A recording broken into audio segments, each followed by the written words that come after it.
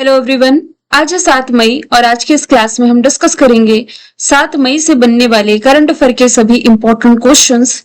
Previous class में हमने देखा था कि रिसेंटली जो पश्चिम बंगाल में इलेक्शंस हुए, इसमें मेजोरिटी मिली है बीजेपी को, तमिलनाडु में टीवीके को और केरलम विधानसभा चुनाव में यूडीएफ यानी कि यूनाइटेड डेमोक्रेटिक फ्रंट पार्टी आगे रही है।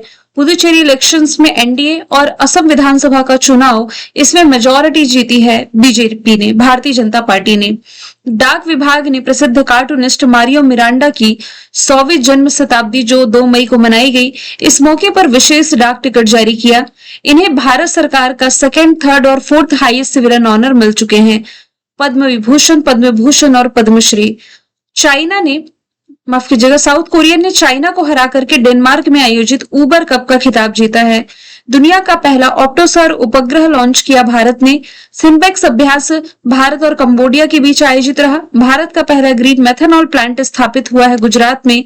अभी हाल ही में दिल्ली ने कैच द रेन 2026 अभियान के तहत ऑफिशियली जल शुभंकर नीरा लॉन्च किया है। और कर्नाटक ने प्लेटफॉर्म आधारित गृह श्रमिकों के लिए भारत का पहला विशेष डिजिटल शिकायत निवारण तंत्र आईपीजीआरएस ये लॉन्च कर दिया है। तो सभी क्वेश्चंस हमने देख रखे हैं प्रीवियस क्लास में। शुरू करते हैं आज का हमारा पहला सवाल है यूनाइटेड नेशंस जनरल असेंबली यानी कि संयुक्त राष्ट्र महासभा के 80वें सत्र के अध्यक्ष का नाम क्या है, जो कि मई 2026 में भारत की यात्रा पर पहुंचे हुए थे। तो इनका नाम हो जाएगा एना लेना ब्यारबाक। ये यूनाइटेड नेशंस जनरल असेंबली के 80वें सत्र की अध्यक्षता कर रही हैं। अभी 27 से 28 अप्रैल तक ये भारत के दौरे पर थी और इससे पहले वह जर्मनी की विदेश मंत्री 2021 से 25 तक रह चुकी हैं और वह यूनाइटेड नेशंस जनरल असेंबली की अध्यक्षता करने वाली 5वीं महिला है। आपको मालूम होना चाहिए जो यूनाइटेड नेशंस के 79 अध्यक्ष थे, इनसे रिलेट करते हुए काफी बार एग्जाम में क्वेश्चंस बन चुके हैं, इसलिए क्वेश्चन मैंने ऐड किया है। क्योंकि इनका दौरा भारत पर रहा है तो पूछा जा सकता है कि यूनाइटेड नेशन जनरल असेंबली के अध्यक्ष का नाम क्या है। याद रखें अभी 80वां सत्र चल रहा है, 80th, जिसके अध्यक्ष एना लेना ब्यारबाक है। अब ये जो यूनाइटेड नेशंस जनरल असेंबली है, ये यूनाइटेड नेशंस का ही पार्ट है। सबसे पहले यूनाइटेड नेशंस के बारे में हम समझते हैं। 24 अक्टूबर 1945 इसका फॉर्मेशन ईयर है। न्यूयॉर्क अमेरिका में इसका हेडक्वार्टर हो जाएगा और एंटोनियो गुटेरस इसके अध्यक्ष हैं। ये देखिए ऑप्शन 1 में मैंने लिखा भी हुआ है। ये यूनाइटेड नेशंस ऑर्गेनाइजेशन के हेड है जो कि पुर्तगाल से बिलोंग करते हैं। यूनाइटेड नेशंस की कुल 193 मेंबर कंट्री है जिसका भारत भी पार्ट है और इसका 193rd नंबर का मेंबर कंट्री साउथ सूडान हो जाएगा। अब इस यूनाइटेड नेशंस की कुल 6 पार्ट हैं। एक तो है यूनाइटेड नेशन जनरल असेंबली यानी कि संयुक्त राष्ट्र महासभा, दूसरा इसका सचिवालय है, फिर इंटरनेशनल कोर्ट ऑफ जस्टिस है, इसमें आप कंफ्यूज नहीं होइए। एक है इंटरनेशनल क्रिमिनल कोर्ट और एक है इंटरनेशनल कोर्ट ऑफ जस्टिस। दोनों का हेडक्वार्टर सेम जगह है, कहां पर, हेग नीदरलैंड में। हालांकि इन दोनों की ऑफिस बिल्डिंग्स भी पास पास है। फिर एक इसमें है ट्रस्टीशिप काउंसिल, फिर इकोनॉमिक एंड सोशल काउंसिल और एक है security council. United nation security council के बारे में कई बार मैंने बताया है कि इसमें कुल 15 मेंबर है, मतलब कि 5 तो परमानेंट है, 10 इसमें अस्थायी हैं जिनकी नियुक्ति 2 सालों के लिए की जाती है। यहां से आप ये बात जरूर याद रखें कि यूनाइटेड नेशंस के 5 जो भाग हैं इनका हेडक्वार्टर न्यूयॉर्क में है, यानी कि कॉमन जगह है। जनरल असेंबली का, इसके सचिवालय का, सिक्योरिटी काउंसिल का, इकोनॉमिक सोशल काउंसिल का और ट्रस्टीशिप काउंसिल का। एकमात्र ये इंटरनेशनल कोर्ट ऑफ जस्टिस ही है जिसका मुख्यालय आप हेग नीदरलैंड में पढ़ते हैं। ऑप्शंस के थ्रू यदि आप देखें तो नकोजी अंकोजी इवला ये वर्ल्ड ट्रेड ऑर्गेनाइजेशन की पहली महिला अध्यक्ष हैं। टेड्रोस अदानोम WHO यानी कि वर्ल्ड हेल्थ ऑर्गेनाइजेशन के अध्यक्ष हैं और दोनों का हेडक्वार्टर जेनेवा स्विट्जरलैंड में हो जाएगा। आगे चलते हैं। कुछ अंतरराष्ट्रीय नियुक्तियों पर यदि नजर डालें तो United nation committee on economic, social and cultural rights के प्रमुख प्रीति सरन बने हैं। अरब लीग के महासचिव नबील फहमी, इंडिगो के विलियम वॉश, ईरान के सर्वोच्च राष्ट्रीय सुरक्षा परिषद के प्रमुख मोहम्मद बगीर जोलगाद्र, संयुक्त राष्ट्र शरणार्थी उच्चायुक्त बहरम सालेह बने। संयुक्त राष्ट्र पर्यटन विभाग की पहली महिला महासचिव शेखा नासिर बनी। आईएमएफ के डिप्टी एमडी डेन कार्ड्स हैं। कार्यकारी निदेशक उर्जित पटेल। आईएमएफ के एमडी क्रिस्टीना जॉर्जिवा। एआईआईबी यानी कि एशियाई इंफ्रास्ट्रक्चर इन्वेस्टमेंट बैंक के नए अध्यक्ष जू जियाई है। यूनाइटेड नेशन महिला की कार्यकारी निदेशक सीमा सामी है। इंटरनेशनल ओलंपिक कमेटी की पहली महिला अध्यक्ष क्रिस्टी कॉन्वेंट्री। कॉमनवेल्थ की महासचिव सरली बोचवे, ये हम देख ही चुके हैं। ट्विटर की सीईओ लिंडा याकारिनो। डब्ल्यूएचओ को भी हम देख चुके। यूनिसेफ की कैथरीन रशेल हो जाएंगी। अगला सवाल है, किस देश ने लिपो लेक को अपना हिस्सा बताते हुए इस रास्ते जो कैलाश मानसरोवर की यात्रा होती थी, इस यात्रा पर भारत और चाइना से आपत्ति जताई है? तो आंसर इसका नेपाल हो जाएगा। Option number D right answer है। अब देखिए यहाँ पर जो टर्म लिखा हुआ है कैलाश मानसरोवर, सबसे पहले आप लोगों को मालूम होना चाहिए कि ये है कहां पर और क्यों ये इतना इंपॉर्टेंट है, जो कि अभी विवादों में भी छिड़ा हुआ है। सबसे पहले मैं कैलाश मानसरोवर के बारे में आप लोगों को बता देती हूँ। मैप के थ्रू तो ये देख पा रहे हैं आप, कैलाश मानसरोवर, ये देखिए कैलाश मानसरोवर जो कि हिंदुओं के सबसे पवित्र धार्मिक स्थलों में से एक माना जाता है और इसे भगवान शिव और माता पार्वती का पवित्र निवास स्थान माना जाता है। इस पर्वत को 30 मिलियन साल पुराना माना जाता है। जैन, बौद्ध और तिब्बत के लोग भी इस पर्वत को अत्यधिक धार्मिक मान्यता देते हैं और कैलाश मानसरोवर की यात्रा पर जाने के लिए प्रत्येक भारतीय व्यक्ति को वीजा की जरूरत पड़ती है, क्योंकि कैलाश पर्वत जो है ये तिब्बत में है और आप सभी को मालूम है तिब्बत पर किसका अधिकार है? चाइना का। अब मैप के थ्रू यदि आप देख पा रहे हैं तो ये कैलाश मानसरोवर जाने के ना बेसिकली 3 रास्ते हैं। 3 रास्ते कौन कौन से हैं?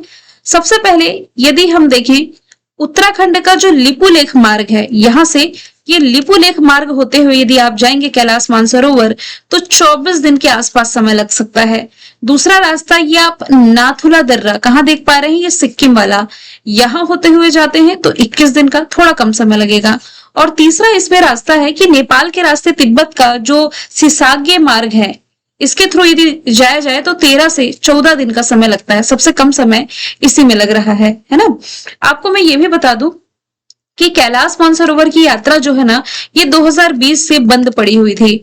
भारत और चाइना के बीच उसी समय डोकलाम विवाद हुआ था, आपको यदि मालूम होगा, और उसी बीच कोविड-19 की पहली लहर आई थी। ठीक है, तब से बंद पड़ा था और 2025 में इसे फिर से चालू करने का फैसला किया गया। लेकिन आप सभी को मालूम है नेपाल में अभी जेनजी की सरकार आई है, नए यहाँ के जो प्रेसिडेंट है बालिन शाह बने हैं, सभी को मालूम है। तो नेपाल की सरकार ने रिसेंटली मई के महीने में, मई 2026 में यानी कि रिसेंटली भारतीय तीर्थ यात्रियों से लिपुलेख के रास्ते, ये जो लिपुलेख है उत्तराखंड वाला, लिपुलेख के रास्ते कैलाश मानसरोवर की यात्रा ना करने की अपील करी है ना। तो नेपाल के जो बालिन शाह की सरकार है, इसके विदेश मंत्रालय का ये कहना है कि 1817 की जो सुगौली संधि हुई थी, इसी के मुताबिक जो लिम्पियाधुरा है, लिपुलेख है और काला पानी वाला क्षेत्र है, ये नेपाल का हिस्सा है। ठीक है, और इस पर नेपाल ने आपत्ति भी जताई है। लिपुलेख, काला पानी और लिम्पियाधुरा, हालांकि ये तीनों क्षेत्र भारतीय राज्य उत्तराखंड के पिथौरागढ़ जिले के हिस्से हैं और ये जो इलाका है ये चाइना की वजह से ये बेहद ही स्ट्रेटेजिक इलाका है, क्योंकि यहाँ हम ऊंचाई पर और चाइना हमारे नीचे है। ऐसे में युद्ध होने पर इस जगह से इंडिया चाइना पर भारी पड़ सकता है और लिपुलेख के रास्ते चाइना में कैलाश मानसरोवर तक की यात्रा ये जुलाई में शुरू होगी, ऐसा कहा जा रहा था, लेकिन इस पर ऑब्जेक्शन अभी नेपाल ने लगाया है। सवाल तीसरा है, किस राज्य के किस शहर में स्थित जो बरगी डैम है, यहाँ 30 अप्रैल 2026 को पर्यटकों से भरा जो क्रूज डूब गया, जिसके कारण कईयों की मौत हो गई। ये नेशनल न्यूज बनी थी, आप सभी को मालूम है, मध्य प्रदेश के जबलपुर के बरगी डैम की ये घटना रही है। काफी भयावह ये घटना थी। इसके दौरान कुछ फोटोज जो इंटरनेट पर वायरल हुए हैं ये दिल दहला देने वाले हैं। एक माँ की ममता की फोटो आपने देखी होगी, ये एक बच्चे को अपने साथ अपने सेफ्टी बैग में कैरी की हुई है, बावजूद इसके माँ और बच्चे दोनों की डेथ हो जाती है। और सबसे ज्यादा ध्यान इस तस्वीर ने खींचा था, हालांकि उस इमेज को मैंने ऐड नहीं किया है, काफी दिल दहला देने वाला ये नजारा था। भगवान उन सभी की आत्मा को शांति दे। हालांकि ये जो घटना है मध्य प्रदेश के जबलपुर में है और ये जो बरगी डैम है ये नर्मदा नदी पर ही बना हुआ है। क्रूज में तकरीबन 39 से 40 39 to 40 पर्यटक और 2 चालक दल सवार थे। हादसा डैम के किनारे लगभग यानी कि डैम से लगभग 300 मीटर दूर, बहुत ज्यादा भी दूर नहीं था। यहाँ करीब 20 फीट की गहराई थी। 9 लोगों की मौत की पुष्टि की जा चुकी है। हालांकि कुछ लोग इसमें तैर करके भी बाहर निकल आए हैं। मध्य प्रदेश की ये घटना है। मध्य प्रदेश की राजधानी भोपाल, मुख्यमंत्री मोहन यादव, राज्यपाल मंगू भाई छगन भाई पटेल हैं। लोकसभा सीटें यहाँ पर 29 है, राज्यसभा सीटें 11 हैं। यहाँ पर ना अभी हाल ही में ओंकारेश्वर के पास 600 मेगावाट क्षमता वाला भारत का, आप कह सकते हैं दुनिया का सबसे बड़ा फ्लोटिंग सोलर प्लांट शुरू हुआ है। भारत का पहला रोलिंग बजट मध्य प्रदेश ने पेश किया। नेशनल हाईवे 45 पर भारत की पहली वन्य जीव सुरक्षित सड़क की शुरुआत की गई।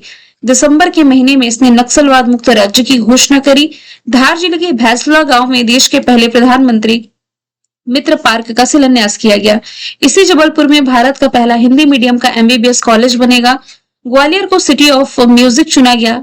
देश का 58 नंबर का टाइगर रिजर्व माधव है और देश की पहली सोलर सिटी सांची हो जाएगी। मुंबई में देश की पहली म्यूजिकल रोड बनी है। ये हमने करंट अफेयर में देखा था। टिहरी में भागीरथी नदी पर सबसे ऊंचा बांध है, टी आकृति का टिहरी, ऐसा रिलेट कर सकते हैं। सबसे ऊंचाई पर स्थित ये बांध है।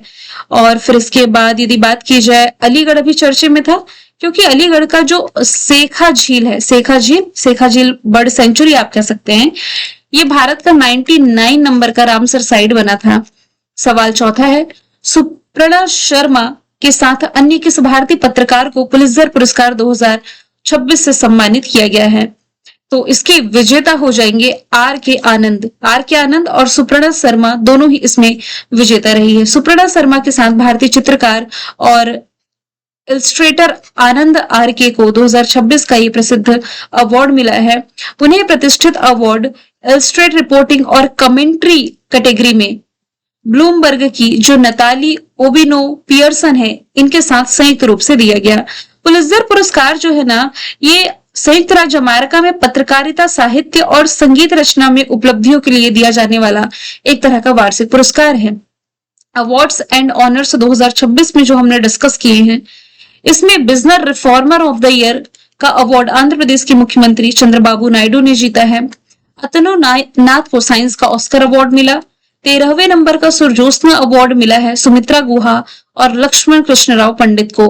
विश्व जलवायु नेता सम्मेलन में global icon green icon award से सम्मानित किए गए Santosh Kumar. WWF national award मिला अलीम यूसुफ को। MS स्वामीनाथन अवार्ड श्रीनिवास राव को। Harvard south Asian person of the year Sayani Gupta. Lata Dinanath Mangeshkar award Kailash Satyarthi. Kalinga institute of social science ने सम्मानित किया नीता अंबानी को। चेतक स्क्रीन अवार्ड में बेस्ट डायरेक्टर आदित्य धर चुने गए।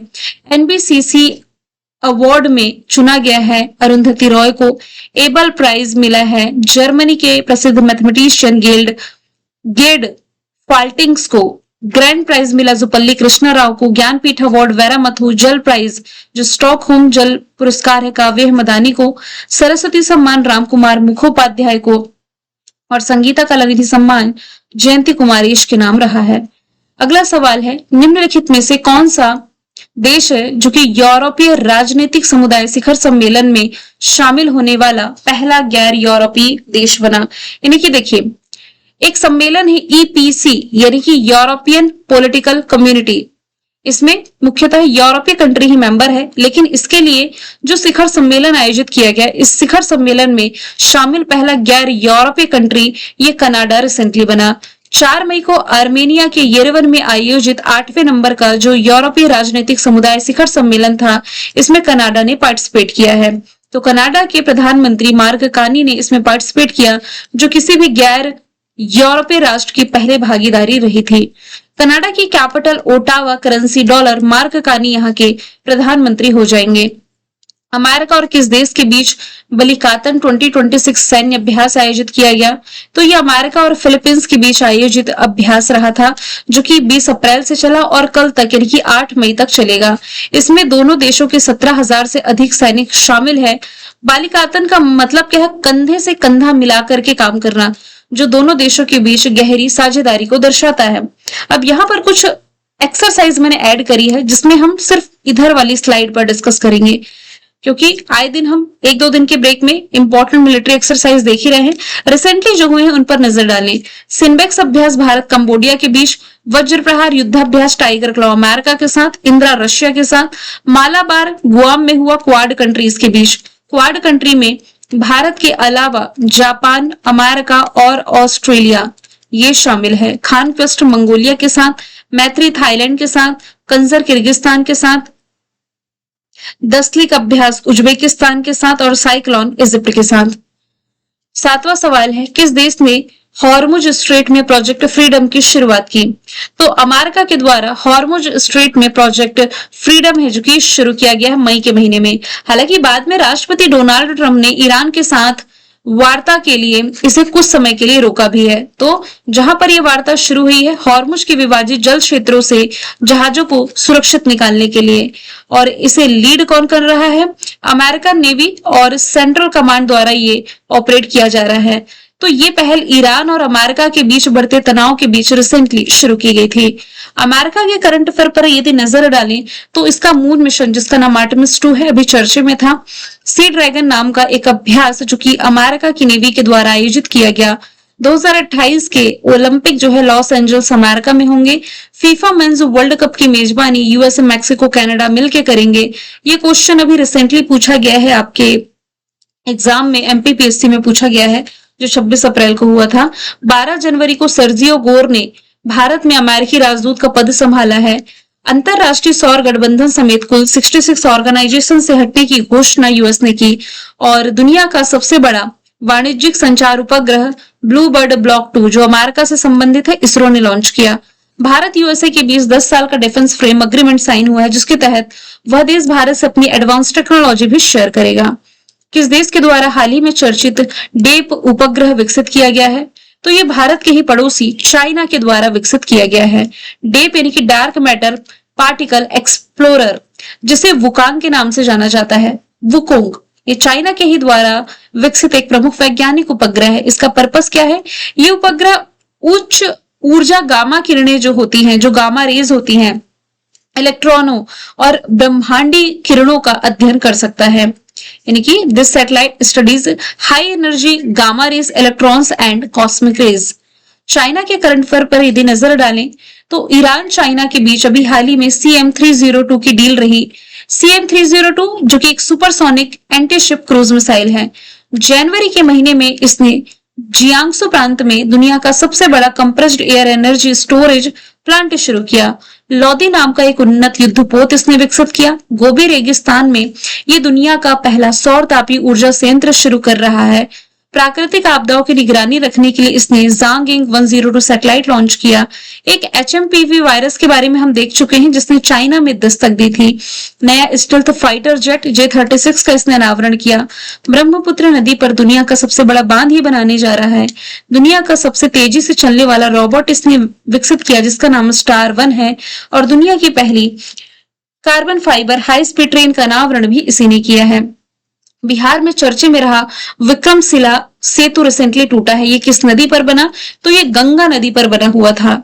भागलपुर में गंगा नदी पर बना ये जो विक्रमशिला सेतु है इसका एक हिस्सा 4 मई 2026 की रात को टूट करके गिर गया।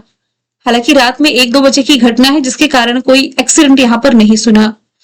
अब 4.7 किलोमीटर लंबा ये जो पुल है इसके पिलर नंबर 133 के पास का जो स्लैब है ये क्षतिग्रस्त हो गया था, जिससे भागलपुर और नवगोशिया के बीच में जो कनेक्टिविटी थी ये टूटी और 16 जिलों से कनेक्टिविटी भी यहाँ पर प्रभावित हुई है। अब यहाँ पर एक पार से दूसरे पार जाने के लिए ना, एक साइड से दूसरे साइड जाने के लिए यहाँ पर नावों का इस्तेमाल किया जा रहा है, जिसके लिए कुछ प्राइस भी निर्धारित किए गए हैं। मोटरसाइकिल के लिए अलग, सोलो के लिए अलग, कार के लिए अलग, कुछ इस तरीके के।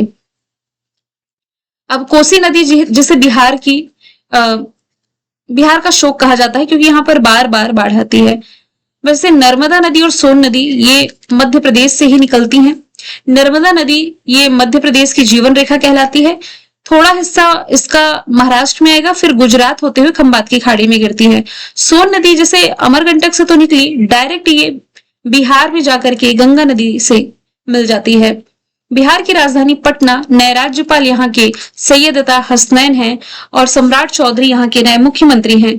22 मार्च को बिहार दिवस मनाया जाता है। इसने फरवरी में नक्सल मुक्त की घोषणा करी। दुनिया का सबसे बड़ा एकाश्म शिवलिंग यहाँ बना है और कैमूर वन्यजीव अभ्यारण्य को बिहार का दूसरा टाइगर रिजर्व घोषित किया गया है। प्रत्यय बिहार के मुख्य सचिव बने। प्रेम कुमार बिहार के नए स्पीकर बने। बख्तियार राजगीर तिलैया रेलवे लाइन जिसकी लंबाई 104 किलोमीटर है, इसके दोहरीकरण को मंजूरी मिली। मरियम फातिमा राज्य की पहली महिला फिडे मास्टर बनी। प्रधानमंत्री नरेंद्र मोदी जी ने सितंबर के महीने में कोसी मेची अंतरराज्यीय नदी संपर्क परियोजना के पहले चरण की आधारशिला रखी, जिससे अररिया, पूर्णिया, किशनगंज और कटिहार को लाभ होगा। प्रधानमंत्री नरेंद्र मोदी जी ने बिहार में पूर्णिया में ही 10 करोड़ रुपए की सेक्स ऑर्डर सीमन सुविधा का उद्घाटन किया। देश में पहली बार डिजिटल वोटिंग की सुविधा बिहार में शुरू की गई। खेलो इंडिया यूथ गेम्स में महाराष्ट्र टॉप पर, बिहार 15वें स्थान पर था। तांबे से बनी बापू टावर का उद्घाटन पटना में किया गया। दरभंगा एम्स की आधारशिला प्रधानमंत्री नरेंद्र मोदी जी ने रखी और जाति आधारित जनगणना शुरू करने वाला ये पहला राज्य हो जाएगा। अगला सवाल है, भारत के सर्वोच्च न्यायालय से संबंधित हाल ही के घटनाक्रमों पर विचार करना है। पहला पॉइंट ये लिखा हुआ है कि केंद्रीय मंत्रिमंडल ने भारत के सर्वोच्च न्यायालय की स्वीकृत न्यायाधीशों की संख्या को, जिसमें कि भारत के मुख्य न्यायाधीश भी शामिल हैं, इसे बढ़ाकर के 38 तक बढ़ाने की मंजूरी दी है। देखिए, अभी तक ये व्यवस्था थी 33+1 की, यानी कि सुप्रीम कोर्ट में 33 अन्य न्यायाधीश थे और एक मुख्य न्यायाधीश, तो कुल मिलाकर के ये 34 हुआ करते थे। लेकिन अब इसे बढ़ाकर के 38 किए जाने के लिए प्रस्ताव लाया गया है, तो बिल्कुल ये पॉइंट आपका बिल्कुल सही हो जाएगा। दूसरा पॉइंट ये लिखा हुआ है कि सर्वोच्च न्यायालय में न्यायाधीशों की संख्या बढ़ाने की जो शक्ति है, ये सर्वोच्च न्यायालय के कॉलेजियम के पास होती है। बस ये पॉइंट गलत है, कॉलेजियम के पास नहीं होती है भाई, इसमें केवल एक पॉइंट सही है। तो किसके पास होती है? संसद के पास होती है। समझिए, प्रधानमंत्री नरेंद्र मोदी जी की अध्यक्षता में केंद्रीय मंत्रिमंडल ने भारत में सुप्रीम कोर्ट में न्यायाधीशों की संख्या 38 करने की मंजूरी दी है, यानी कि 37+1। और भारतीय संविधान का अनुच्छेद 124(1) ये कहता है कि संसद को कानून बना करके सर्वोच्च न्यायालय में न्यायाधीशों की संख्या बढ़ाने का अधिकार है। तो कॉलेजियम जो है ये केवल नियुक्तियों के लिए नामों की सिफारिश करेगा, जबकि संसद ये डिसाइड करता है। अगला क्वेश्चन है, केप वर्डे के पास एक क्रूज जहाज पर हाल ही में संदिग्ध हंटा वायरस प्रकोप के संदर्भ में कुछ फैक्ट लिखे हुए हैं, जिस पर आपको विचार करना है, कौन सा सही है कौन सा नहीं है ये बताना है। देखिए, सबसे पहले केप वर्डे के पास क्रूज जहाज पर ये मामला देखने को मिला, तो लोकेशन सबसे पहले दिखा देती हूँ। वेस्टर्न अफ्रीका में ये एक छोटा सा आइलैंड कंट्री केप वर्डे आप देख पा रहे हैं। तो यहाँ हंटा वायरस का प्रकोप जो देखने को मिला, हंटा वायरस जो कि एक जूनोटिक बीमारी है, मुख्य रूप से जो संक्रमित मानव वाहक है, इसके सीधे संपर्क से क्या ये मनुष्यों में फैलता है? नहीं, ये पॉइंट यहाँ से सरासर गलत है। ये एक जूनोटिक वायरस तो है, लेकिन मुख्य रूप से कृंतकों जैसे कि चूहा, माइस, इससे मनुष्यों में फैलता है, ना कि सीधे मनुष्य से फैलता है। ये पॉइंट गलत है। ये दो प्रमुख बीमारियों का कारण बनता है, हंटा वायरस, पल्मोनरी सिंड्रोम और haemorrhagic fever with renal syndrome. Point सही है। वर्तमान में हंटा वायरस के लिए कोई विशिष्ट वैक्सीन या एंटीवायरल उपचार उपलब्ध नहीं है। तो कुल मिलाकर के दूसरा और तीसरा ऑप्शन सही हो जाएगा, पहला ऑप्शन बस इसमें गलत है। मैंने कल आपसे पूछा था किस देश ने सुशांत कौल को अपनी पहली महिला सेना प्रमुख नियुक्त किया? आंसर ऑस्ट्रेलिया था। आज का सवाल है आपके लिए, केंद्र सरकार ने प्रसार भारती का नया चेयरमैन किसे नियुक्त किया? आंसर इसका जो भी आप कमेंट बॉक्स में बताएं, फिर हम मिलेंगे नेक्स्ट क्लास में। Thank you so much.